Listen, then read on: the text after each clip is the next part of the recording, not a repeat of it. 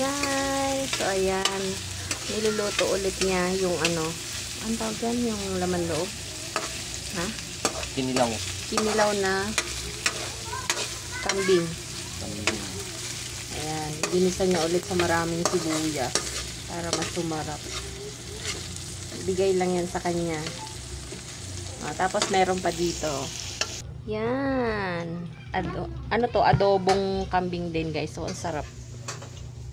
Yan. Bigay sa amin ng kapitbahay. Yan sa taas. Tapos meron pa akong niluluto dito.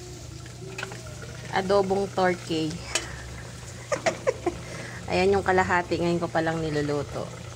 Yan. Adobo na lang ulit. Dahil walang mabiling ano, gulay. Sabaw dapat yan eh.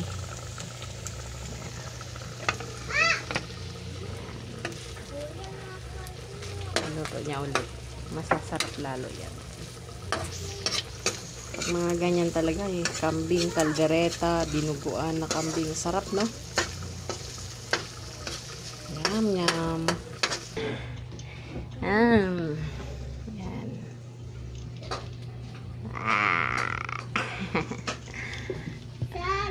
Kainan na.